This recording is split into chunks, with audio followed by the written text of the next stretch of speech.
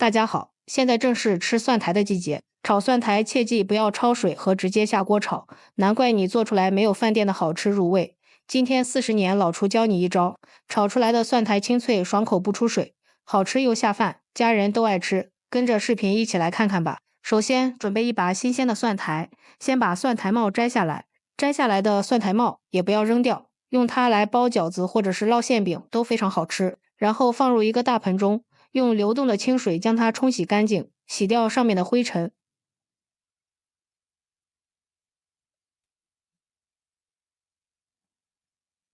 清洗干净之后，放在案板上，再将它切成3到4厘米的长段。全部切好后，装入大碗中。接着往里面加入1勺食盐，下手抓拌均匀。提前把蒜苔腌制一下，吃起来的口感更脆更入味。抓匀后放一旁腌制10分钟，杀出水分。再准备少许的小葱切成葱花，一小块生姜，将它切成姜末。全部切好之后，先放入盘中备用。喜欢吃辣可以切几个小米椒，切好之后也装入盘中备用。10分钟后，我们的蒜苔也腌制好了，看一下已经变得比较柔软，像这样就行了。然后往里面加入多一点的清水，把蒜苔清洗干净，清洗掉多余的盐分，这样吃起来才不会咸。洗净后控水捞出来，装入盘中备用。这是我提前泡好的红薯粉条，用手能轻松的掐断就可以。然后给它捞出控干水分，装入碗中。往里面加入少许老抽，给粉条上个颜色，这样看起来更加的有食欲。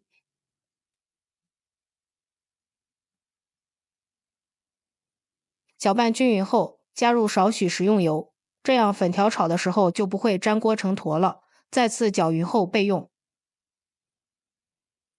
准备一个小碗，往里打入3个鸡蛋，用筷子把鸡蛋搅散备用。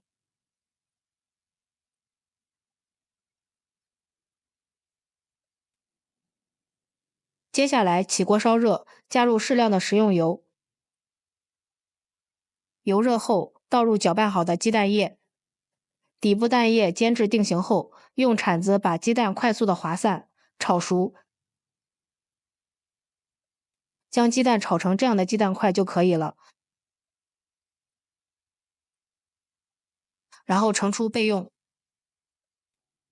锅中留少许底油，下入葱姜、小米椒炒出香味。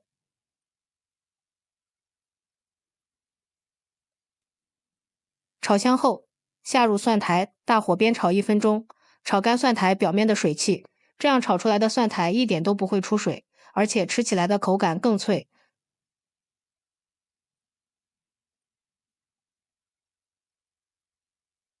炒好后，再下入粉条，再加入炒熟的鸡蛋，加1勺盐调一下味，1勺鸡精，少许的生抽，适量的蚝油，继续大火快速的翻炒1分钟，把调料翻炒均匀。朋友们，视频都看到这里了，如果您觉得我的视频对您有帮助，请用您发财的小手给我点个赞吧。您的每一个点赞和每一个留言都是我前进的动力，感谢大家的支持。翻炒均匀就可以出锅了，装入盘中。